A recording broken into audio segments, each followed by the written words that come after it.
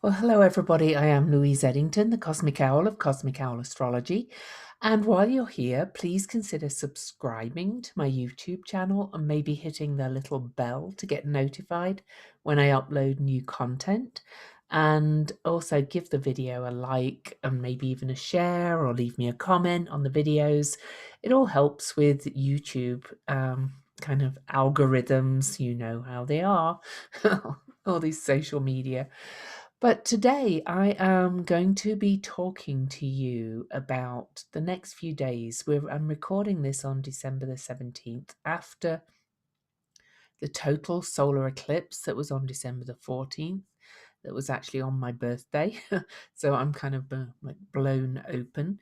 And we are having so many new cycles starting and old cycles ending that it's kind of mind blowing right now. And, the astrologers cannot agree when the age of Aquarius starts, but we are definitely kind of moving from one astrological age to another into the age of Aquarius. And I think there's good reason to think that at least this weekend coming and next Monday and these eclipses are a shift into the new paradigm.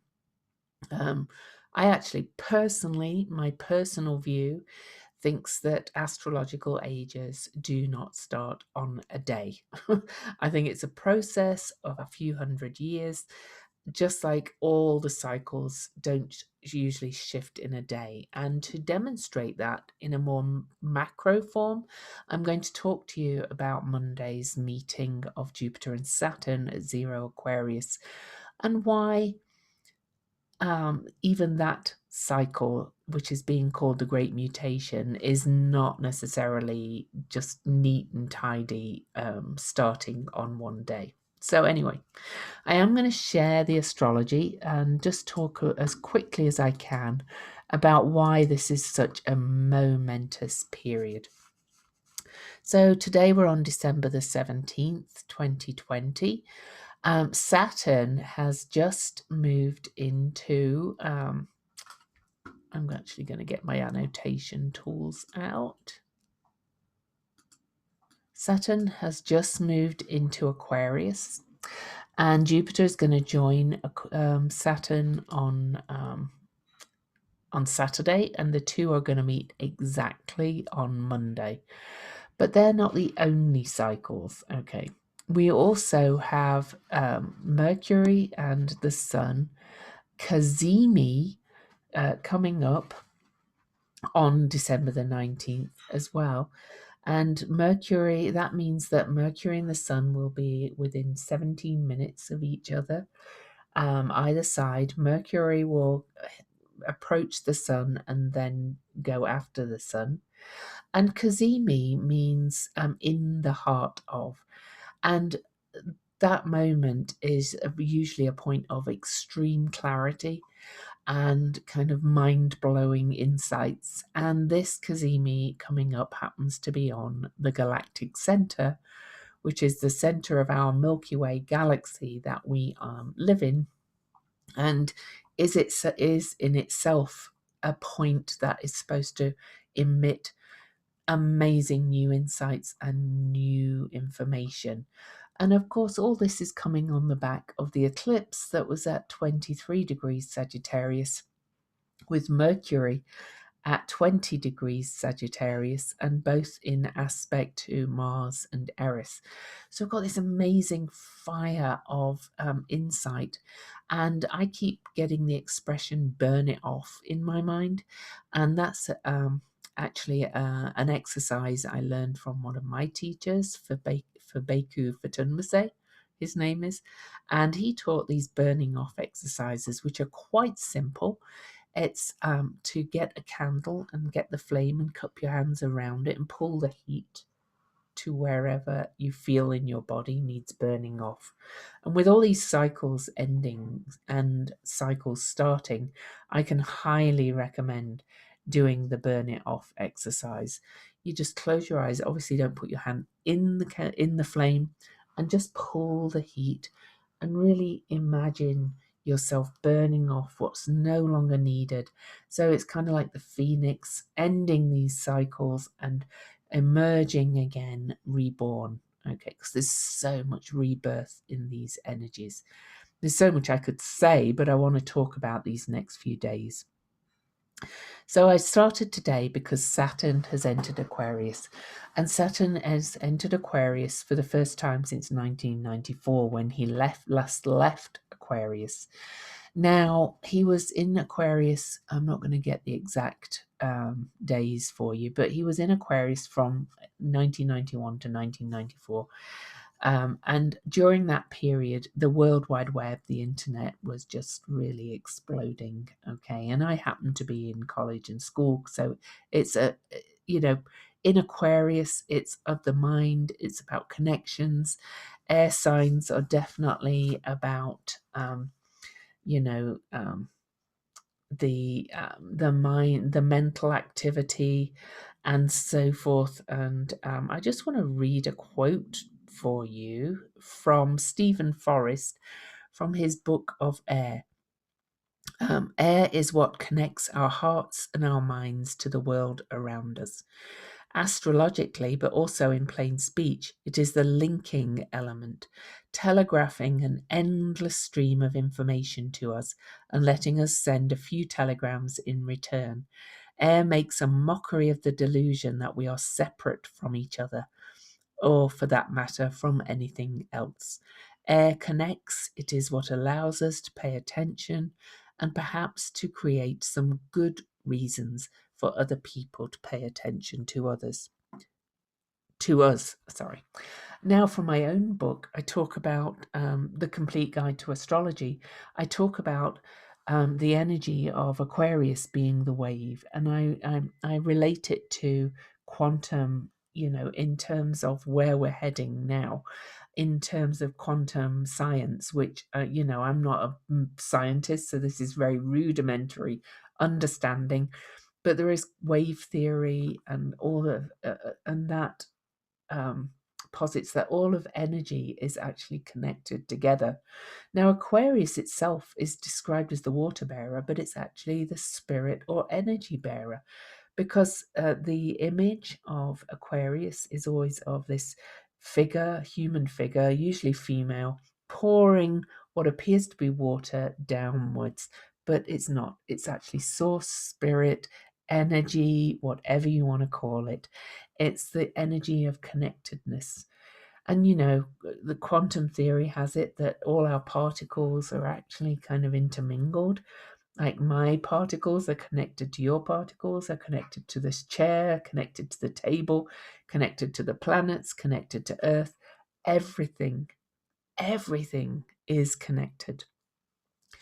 And as Saturn moves into Aquarius, we are starting to feel that. Now, why is this such a bigger period? I do want to move to Saturday. I'm not going to get, all the times exact. But on Saturday, we have Mercury and the Sun cazimi. The exact times are 12:41 a.m. Mountain Time, okay, on Saturday the 19th, right through until 8:02 a.m. on Sunday, Mountain Time again. That's Salt Lake City time, as you can see. At the same time as Mercury and the Sun are cazimi, Jupiter enters Aquarius, and the Aquarius energy is just off the charts right then.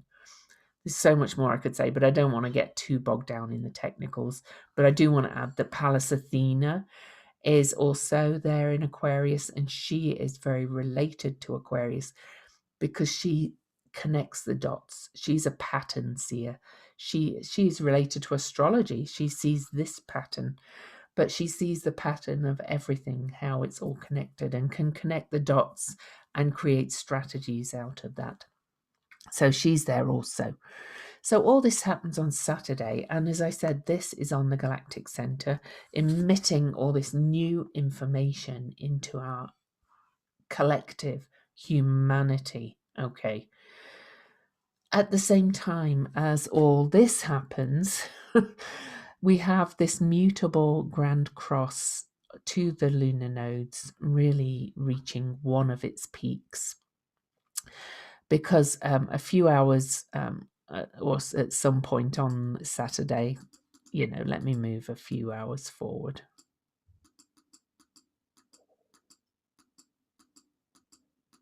And I believe it's still while the Kazemi by 8:02 a.m. Perhaps not. No, it's right after the Kazemi. Vesta, which is devotion in Virgo, which is about service and being useful and giving, and also becoming whole unto oneself in Virgo, is opposing Neptune, and there's the moon joining in that little party as well.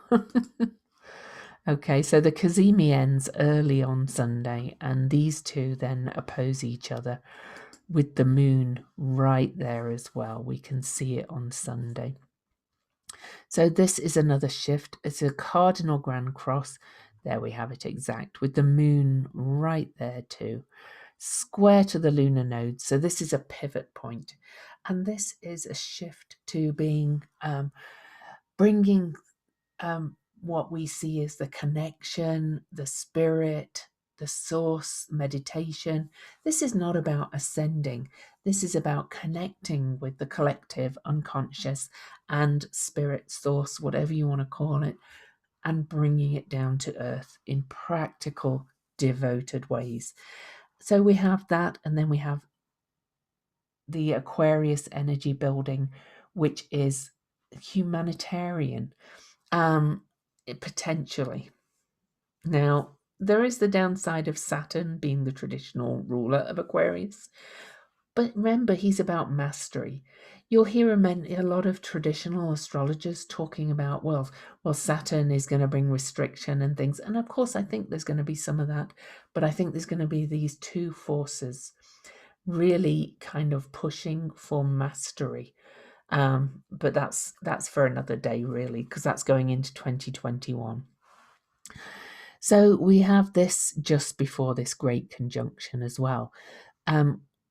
Almost as perfect as it's going to get before Neptune and then exactly squares the nodes. But again, I'll do another video on that coming forward as well.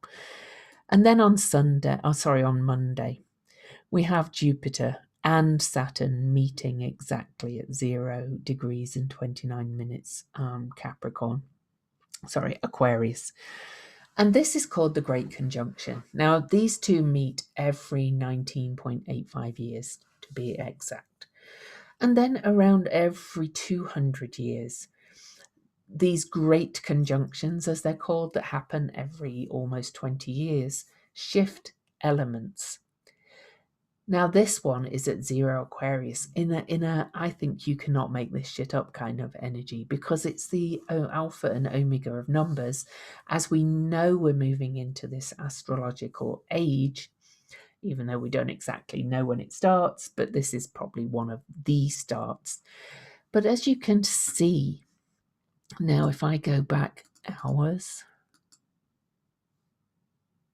just before, it's actually at 0:28, I think they meet. Yeah, that's it. Just before these two meet exactly, that Sun and Mercury meet at 0 Capricorn. They have moved from their Kazemi at 28 Sagittarius, both into the sign of Capricorn, to activate the 0 degree of that one. Now, if you think about cycles and patterns, we've had this major council in Capricorn for all of 2020, really kind of showing up how our structures and society and institutions are just not working. We're still on the unpacking stage of that, and then we'll be in the rebuilding stage. But here we have Sun and Mercury just bringing this new information in from the galactic center, saying, here's the thoughts about how to move forward. So we've got that. We've also got Juno over here at 0 Sagittarius. in sextile aspect to Jupiter and Saturn. And she is the sacred marriage of all polarities in our world, really. She, we normally think of it as the male and female energy. But if we think of the yin and yang circle, that relates to everything. That's not just human, male and female. That's all polarities, bringing them together in this Hieros Gammas, this sacred divine marriage. But I talked about them shifting elements, this Jupiter and Saturn too. Well, we've been in 200 years of Earth, pretty much. And before that, we were in fire, and before that, we were in water. Okay. And then many years ago, in 1226, air, the great conjunctions really began in air in earnest and lasted for almost 200 years. In addition, let me stay with the elements. We did have a Jupiter-Saturn conjunction in air in Libra in 1980-81. They actually met 3 times. And then it went back to Earth in 2000. So when I talk about the shifting of the ages, the shifting of the elements always happens in this way. If you like, we get a taster of the new element, then we get a revisiting of the element we are leaving, and then we shift into the new element fully for almost 200 years. So it takes a space of over 40 years to shift elements. So we've been developing the air mutation, as they call it, but now we're entering in earnest. And before that, we were leaving the Earth mutation. So for the last, about 40 years, it's been showing us what we want to leave behind with the Earth element, in my opinion. If we look back to the 80s, we had greed is good and all that kind of stuff that was kind of showing us how greed is not good. We haven't shifted out of that yet, but here we are, taking these lessons, and then we've been developing the air element. And I refer you again to what Stephen Forrest said about air.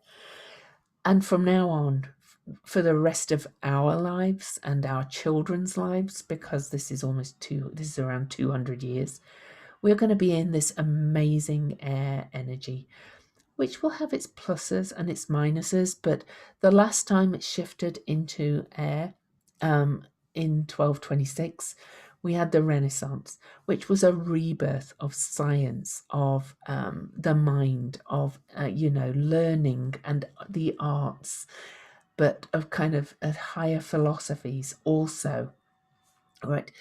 And in the You Can't Make This Up stuff, we had a comet on the Monday's eclipse called Erasmus, which, yes, was named after the discoverer, but there was a philosopher back in the last air element called Erasmus who thought very differently to the status quo. So who knows how this is all going to play out, but what a momentous time. And I don't think we can, ignore the fact that Jupiter enters Aquarius under the Cazimi that is on the galactic center. It's kind of like whatever source is, that the creation force behind this universe is saying, here's what you need to do. And I think this is unique because we are moving into this age of Aquarius, whatever it starts. We're moving into an air element of Aquarius, starting with Aquarius. Things are going to take off rapidly. We're already seeing it. We have the new vaccines for the COVID, and they are a completely new technology, incidentally developed by a female scientist, because all the female elements are coming in too. There's so much more I could say about that as well. But there's going to be less polarity, I think, over time. It's all going to shake out over a while. This is, we are not from Monday. suddenly going to be all enlightened and but there'll be a return to rationality. But again, there's also the blocks to it. The Saturn saying, no, I don't want to do that. I want to resist this change. Okay. So what we're being called to is the higher energy of this. Will we answer the call? I think that's about it for today. These are amazing times, though. This weekend is enormous. You can see that on Monday, on the solstice, which means that the sun enters Capricorn, we're at the turning point of the seasons and a return to light in the Northern Hemisphere. We are also going to have this happening in the morning. We do new moon ceremonies, right, for these things, okay, for new moons and for eclipses. This is like a major new moon, okay, in a big way. I love that Palace is leading the way. I think we're going to reimagine, reinvent a lot of how we see the world. I think there's going to be a lot. And I think I feel like I channel my book. So let me show you my book if you haven't read it yet. The Complete Guide to Astrology. I talk about, changing our view of the world to be less polarized and more diffuse and more connected. And I suggest changing the language. I'm going to be speaking about this at the OPA conference and a couple of other places as well in 2021, because it's time we realized how connected we are. And that's the higher energy of Aquarius. All right. And if you're listening to this and you follow this kind of energy, you are on the leading path. You are not in the kind of the people who refuse to look at these shifts and changes and remain in the status quo. So, all right. Much love to you all. Don't forget to subscribe to the video, give the video a like, hit that little bell, leave me a comment. YouTube loves its algorithms, and I'm trying to get to 1,000 subscribers. So if you feel like sharing the video and asking your friends to like it, I would really appreciate that too. Thanks so much.